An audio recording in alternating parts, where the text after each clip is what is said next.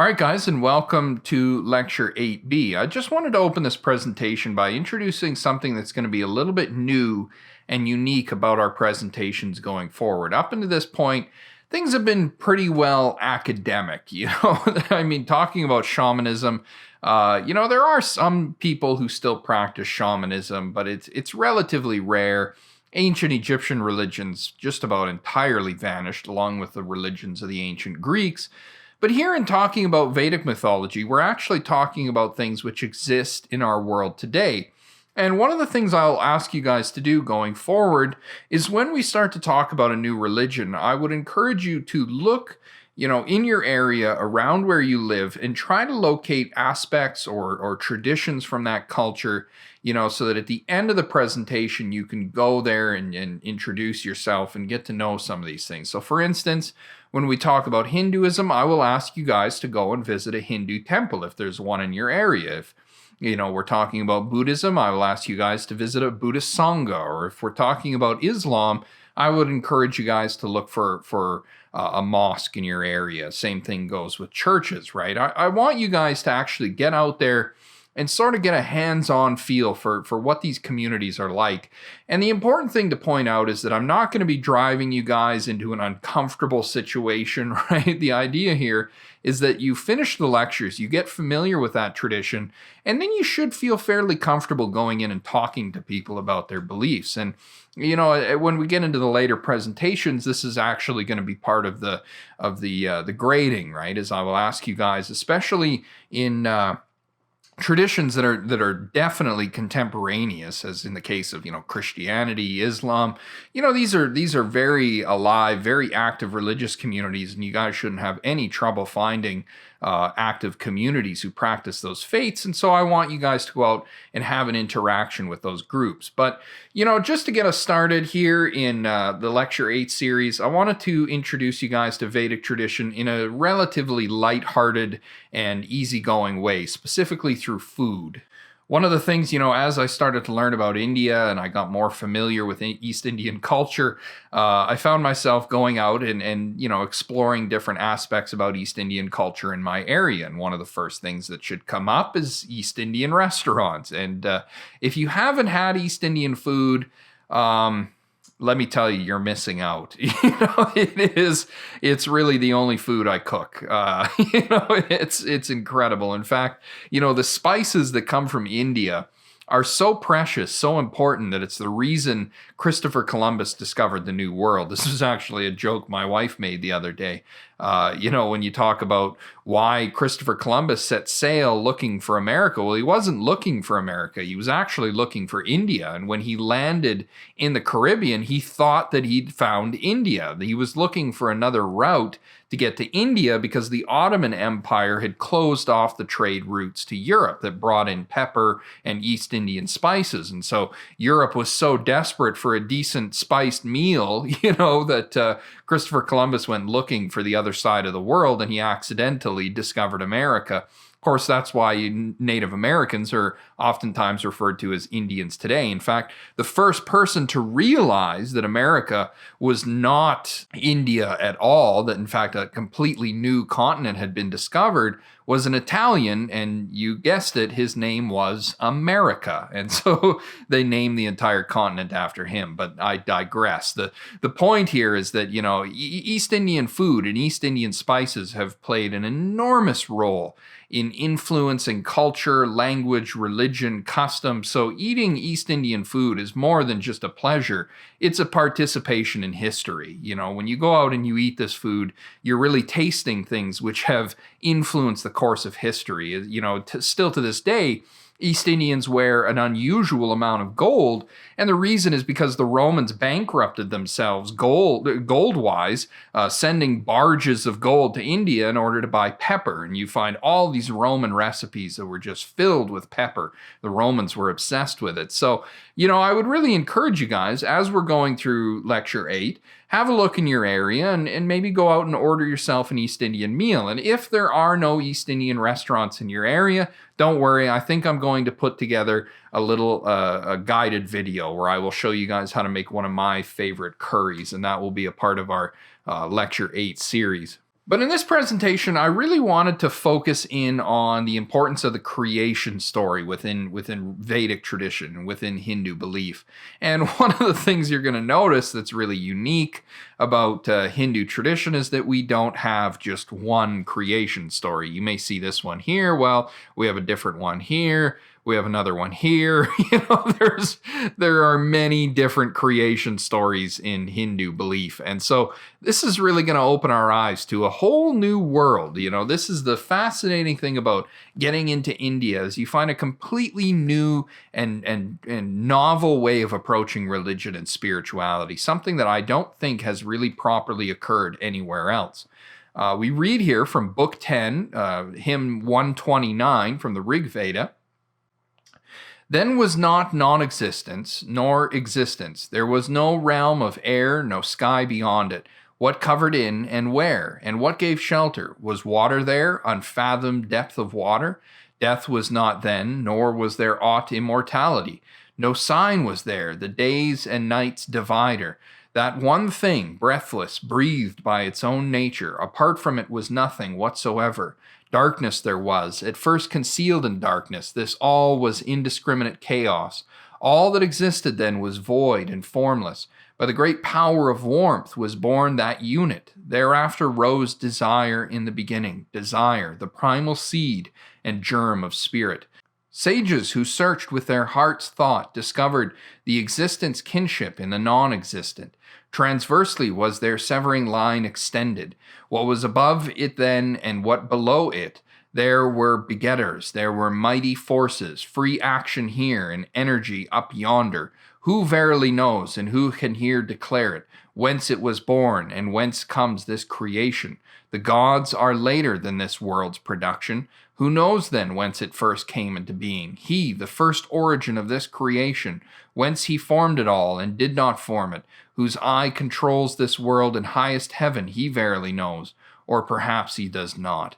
Right, so this is a bit of an ambiguous translation that I've used here, but essentially you can find this in the textbook as well. It's in the very earliest chapters of our book. But in this simple hymn, what's being described is a picture of the creation of the world emerging out of chaos, much like what we saw in Greek myth, right, where chaos exists in the beginning. What's really fascinating about this particular hymn is that the author tells us that the gods come later. He says, the gods come after the world's production, right? This is really powerful. This means that really the forces of nature exist before the gods. So the gods are the personified forms of the forces of nature, but this personified reality seems to come later on, later after the formation of the world. This is very significant for telling us how ancient people viewed the gods' relationship to the forces of nature within reality. And what's also significant here is that there's a role ascribed to a primal mover, a first being. We read here, the first origin of this creation, whence he formed it all, or did not form it, whose eye controls this world in highest heaven. He verily knows it, or perhaps he knows not. There's this fascinating question at the end, which is saying that perhaps the creator knows how he formed the world, or perhaps he does not. This is what's really fascinating about the Vedic traditions, is that they open these questions. Many of these hymns, they pose questions, they pose suggestions, and then leave them open-ended. We're not given definitive answers. The author himself doesn't know if the creator truly knows how the world was formed. So this is very fascinating, very unique way of looking at the origins of the world. Similarly, here in Book 10, hymn 121, we read, "In the beginning rose the golden embryo, born only Lord of all created beings. He fixed and holdeth up this earth and heaven. What God shall we adore with our oblation? Giver of vital breath, of power and vigor, he whose commandments all the gods acknowledge, the Lord of death, whose shade is life immortal. What God shall we adore with our oblation? Who by his grandeur hath become sole ruler of all the moving world that breathes and slumbers, he who is Lord of men and Lord of cattle. What God shall we adore with our oblation? His through his might are these snow-covered mountains, and men call sea and Rasa his possession. His arms are these, his are these heavenly regions. What God shall we adore with our oblation? By him the heavens are strong, and earth is steadfast. By him light's realm and sky vault are supported. By him the regions in mid-air were measured. What God shall we adore with our oblation? To him supported by his help, two armies embattled look while trembling in their spirit, when over them the rising sun is shining. What God shall we adore with our oblation? What time the mighty waters came, containing the universal germ, producing Agni, thence sprang the God's one spirit into being. What God shall we adore with our oblation? He in his might surveyed the floods, containing productive force and generating wisdom. He is the God of gods, and none beside him. What God shall we adore with our oblation? Never may he harm us, who is earth's begetter, nor he whose laws are sure, the heavens' creator. He who brought forth the great and lucid waters, what God shall we adore with our oblation? Prajapati, thou only comprehendest all these created things, and none beside thee. Grant us our heart's desires when we invoke thee. May we have store of riches in possession. So this is a really beautiful hymn, and you can tell that the translator has sacrificed a little bit of clarity for the sake of poetic, rhythm. It rhymes at certain points. We get a sense for that original sing-songy sound, but what's really fascinating here is this is a very monotheistic sounding hymn. We have all these references to what God shall we adore with our oblation, the Almighty, the Creator, who has none beside him, the God of gods. These are verses that we would really be more accustomed to hearing in the Bible, perhaps, right? This is a very monotheistic sounding hymn. And the creation of the world is ascribed to this notion of a golden embryo, very much like what we saw in ancient Egypt. Of course, this golden embryo is, of course, the sun, right? It's this notion that the sun comes up out of the primeval waters. It's sort of the embodiment of the God of order, the God of light, the God of life, right? And this spreads its luminosity, the luminosity of consciousness throughout the world, shining out, providing life, order, and clarity. And we have all these wonderful references to God as the Lord who who rules the snow-covered mountains. And, there's really this sense that we should get here where the Hindus are clearly breaking through onto ideas that we would normally think of as very monotheistic, which really is counterintuitive because when we think of India, we often think of these myriads of gods, 70 million gods, right? But we see even here in the earliest verses of the Vedic traditions, a strong emphasis on a consolidation of the deity, as it were. Now we read here, this is another creation hymn. This is taken from Book 10, Hymn 90. 1,000 heads hath Purusha, 1,000 eyes, 1,000 feet. On every side pervading earth, he fills a space 10 fingers wide.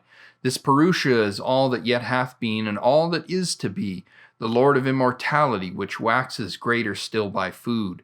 So mighty is his greatness, yea, greater than this Purusha. All creatures are 1/4 of him, 3/4 eternal life in heaven. With 3/4 Purusha went up, 1/4 of him again was here.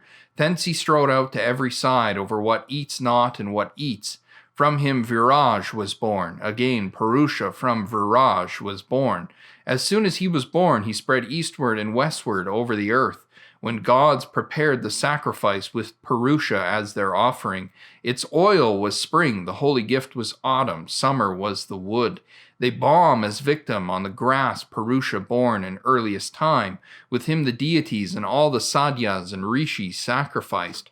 From that great general sacrifice the dripping fat was gathered up. He formed the creatures of the air and animals both wild and tame. From that great general sacrifice Rakas and Sama hymns were born.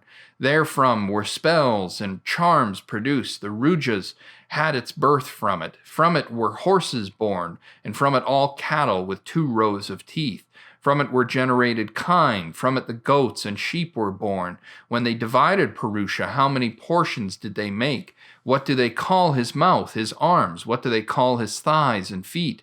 The Brahman was his mouth, of both his arms was the Rajaya made. His thighs became the Vaisya, from his feet the Sudra was produced. The moon was gendered from his mind, and from his eye the sun had birth.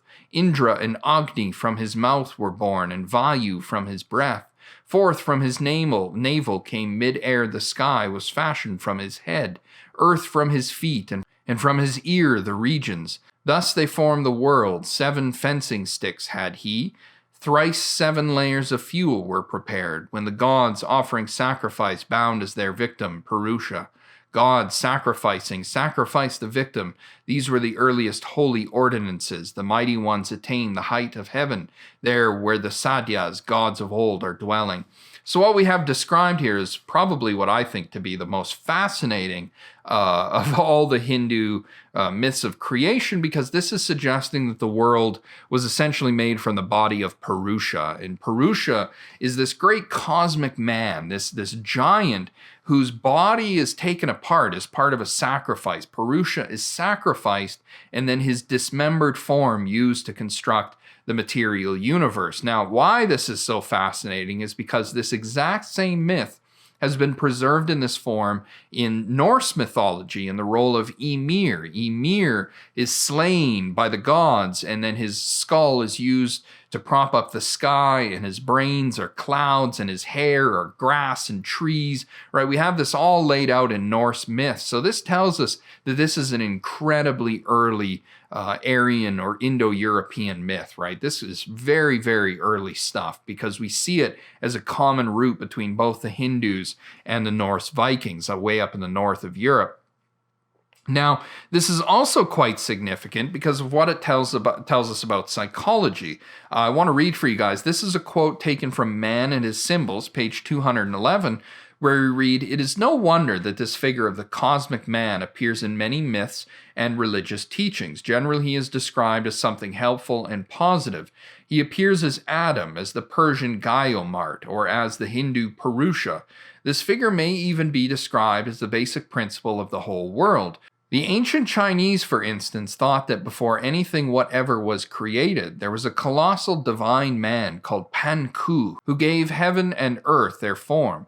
When he cried, his tears made the Yellow River and the Yangtze. When he breathed, the wind rose. When he spoke, thunder was loosed. And when he looked around, lightning flashed. If he was in a good mood, the weather was fine. If he was sad, it clouded over. When he died, he fell apart, and from his body the 5 holy mountains of China sprang into existence. His head became the Tai Mountain in the east. His trunk became the Sung Mountain in the center. His right arm, the Hung Mountain in the north. His left arm, the Hang Mountain in the south. And his feet, the Hua Mountain in the west. His eyes became the sun and the moon." In the East and in some Gnostic circles in the West, people soon recognized that the cosmic man was more an inner psychic reality than a concrete outer reality. According to Hindu tradition, for instance, he is something that lives within the individual human being and is the only part that is immortal. This inner great man redeems the individual by leading him out of creation and its sufferings back into his original eternal sphere. But he can do this only if the man recognizes him and rises from his sleep in order to be led. In the symbolic myths of old India, this figure is known as the Purusha, a name that simply means man or person. The Purusha lives within the heart of every individual, and yet at the same time, he fills the entire cosmos. So this is really, really important, and this takes a lot of the stuff here that we're learning in the Vedic hymns, and it's connecting directly with what we talked about in Lecture 5, specifically about the self-archetype. This notion of a great cosmic man, a giant who is sacrificed and slain and dismembered in order to construct the material world, is a direct metaphor for the nature of mind, wherein which an individual encounters the self-archetype in such a way that they feel connected with everything around them. It's a sense and notion of totality. It's the individual man who contains all things, who contains all possibilities. This is very important, and it's a direct window into an understanding of the self-archetype. And something that I find really fascinating about this, for instance, you can see here in this particular piece of art, we see Purusha with many heads, his 1,000 heads. But when we look at below here, this is an example. This is a piece of art depicting the Hindu god Vishnu, and you can see here there's Shiva, and here's Vishnu on the right, and we have Ganesha and many of the other different gods, the rishis, the saints. And what this describes is the Hindu understanding that the divine lives within the heart of everyone. And so every face is the face of Purusha, right? So originally, in the most primitive sense, the understanding of this myth is that Purusha has 1,000 heads because he's a giant. He's this massive being. You may recall in Greek mythology, we talked about the 100-handers, these primeval beings with hundreds of hands and hundreds of heads, right? So this is in the early and more primitive traditions understood in a relatively literal sense. But then as the religious tradition evolves, this is recognized as a metaphor coming up from the unconscious that actually symbolizes the role of the self archetype, namely in the sense of recognizing that the nature of consciousness within each and every individual is fundamentally connected and united, so that every face really is in some sense the face of God, you might say. So this is a very deep and profound idea. And this really segues us nicely into talking about two particular deities that are going to be very important as we move forward in talking about Hinduism. As a matter of fact, I would say these two deities are by far the most important deities within Hindu belief, at least in our time. What's interesting, though, is that in the Vedas, they're present. You can find both Vishnu and Shiva in the Vedas, but they don't hold this same level of significance. Clearly, when we read in the Vedas, the most important god is Indra, who's maybe second to Varuna. Varuna is very, very important as well. And then we have Vishnu and Rudra or Shiva, who are relatively secondary deities. They don't hold the same kind of significance as, say, the god Agni, for instance. Shiv को पाना मतलब सब कुछ पा लेना।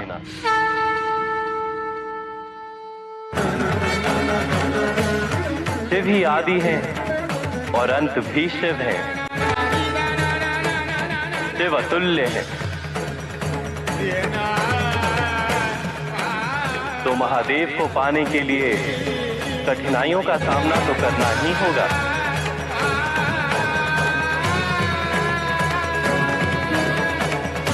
I just want to mention here as well, just before we go forward, that Rudra is an earlier name for Shiva. So when we read the Rigveda, we will see the name Rudra, and this refers to the god Shiva. Now, to just get us started here, we'll read these passages which are dedicated to the Lord Vishnu. It says here, "Let me now sing the heroic deeds of Vishnu, who has measured apart the realms of earth, who propped up the upper dwelling place, striding far as he stepped forth 3 times. They praise for his heroic deeds Vishnu, who lurks in the mountains, wandering like a ferocious wild beast, in whose 3 wide strides all creatures dwell. Would that I might reach his dear place of refuge, where men who love the gods rejoice. For there one draws close to the wide-striding Vishnu. There in his highest footstep is the fountain of honey." Now, I really have to admit that I love this hymn because it really starts to point to some very deep and metaphysical, mystical ideas that we're going to see in later Hindu belief. So what's being described here is that Vishnu, who is a kind of solar deity, a sun god in the Vedic tradition, creates the universe by taking 3 strides. He takes 3 steps, and with these 3 steps, he essentially measures out the entirety of the cosmos, so that we can see here it says that all creatures live in his stride, right? And we're also told that, that Vishnu has a dwelling place. That people who love the gods are drawn to the dwelling place of Vishnu. This kind of gives us a sense of perhaps some echo of the notion of heaven, a paradise to which the devotees are striving, right? This is very compelling stuff. But the thing I especially appreciate is this one reference to the highest footstep is the fountain of honey. Of course, honey here is probably a reference to soma as well, but it's this idea that the highest point of heaven there's the footstep of Vishnu. And this is a wonderful idea in Hinduism, which basically says that when you draw to the edge of the universe, if you were to reach the edge of the universe, all you would see is the footprint of Vishnu. You would only see the bottom of Vishnu's feet, because Vishnu, being transcendent to material reality, existing in eternity, is beyond the forms of time. And so we can only see the footprint, as it were, of eternity as it presses into the field of time. This is a metaphor that's going to be used in later Vedantic tradition in a really beautiful way. And I really can't wait to get into some of those more Upanishadic traditions that come up later on, because they mystically interpret these things and really open them up, right? Here it is. But in the center, all we see are two footprints. These are the footprints of Vishnu that are to be worshipped. Why do we have footprints here? We thought we had broken through. Well, we're still talking. That's why. The symbols. And the words can act as barriers. We can get stuck with the footprints. Or we can pass through. And there's a text that appears both in Lao Tzu's work and in the Upanishads, in the Tao Te Ching, and in, I think, the Kena Upanishad, that those who know do not speak, and those who speak do not know. That's a hard word for one giving a lecture, but that's a warning here that we've got to go past the footprints. In conjunction with Vishnu is the god Shiva, and these two really form a fascinating kind of pair, you might say. In the north of India, you most often have people who are worshippers of Vishnu. This is referred to as Vaishnavite Hinduism.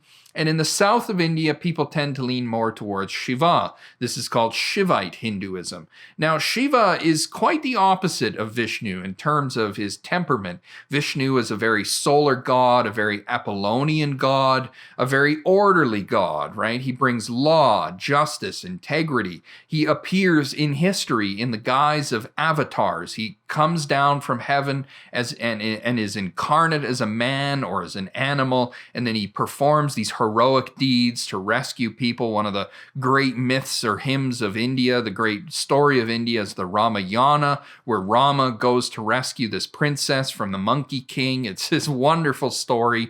Every Indian knows it. It's this wonderful thing. And you have Vishnu in this role as the ideal, heroic Apollonian god, really properly Apollonian, whereas Shiva is very Dionysian.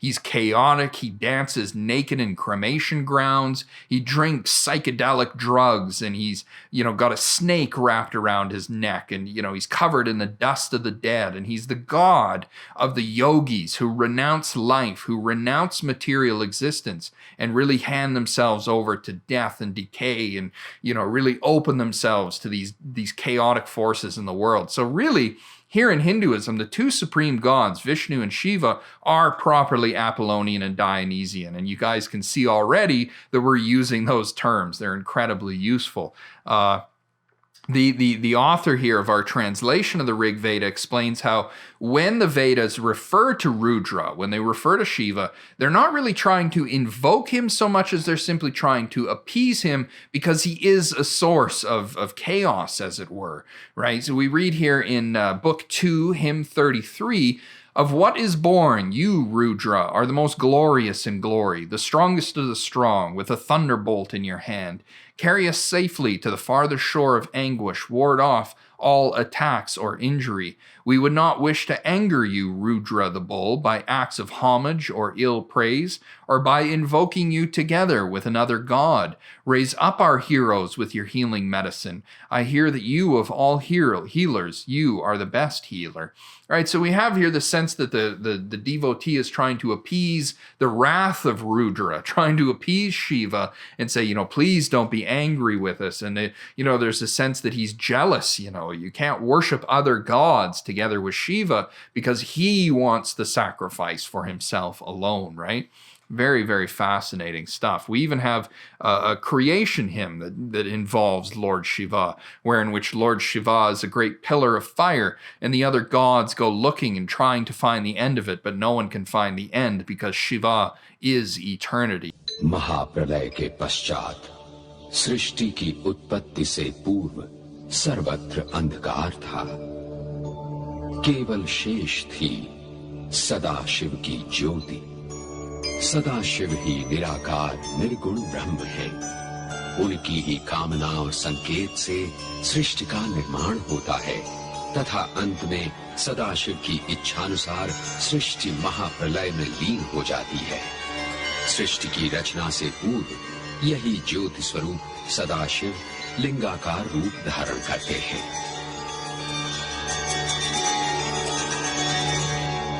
I have to admit, it's really difficult for me to say which of these two deities. Sometimes I wonder, if I was Hindu, would I be Vaishnavite or would I be Shaivite? Truth be told, I would probably be a little of both, which I guess would make me what's called a smartest Hindu. But don't worry, we'll unpack all that terminology later on. I'm getting a little ahead of myself. It's easy to do when it comes to Hinduism. Trust me. It's a wonderful religion. Now, we read here, this is just a quote that I took off Wikipedia because I wanted to show you guys that, we have a tremendous continuity here with many of the other traditions we've already seen. So, in the Vishnu Purana, Vaivasvata, these Hindu names, we're just going to skip over those, was the king of Dravida before the Great Flood.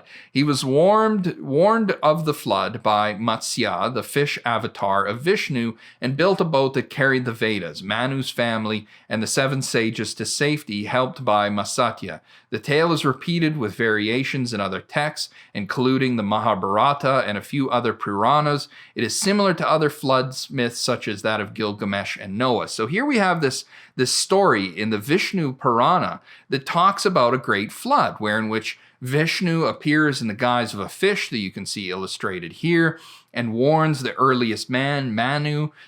You might say Manu is kind of like the Adam of Hindu belief, and he constructs a boat and rescues everybody, right? So again, we have this same flood narrative. Quite fascinating. And when we get into talking about Noah, I'll unpack this flood mythology quite a bit more because there's quite a bit to be said on that as well. But as you guys can see, right, we have many different variations on creation. Here again is another version of creation. And this again is going to come through the Vaishnavite Puranas. This is another set of religious texts outside the Vedas.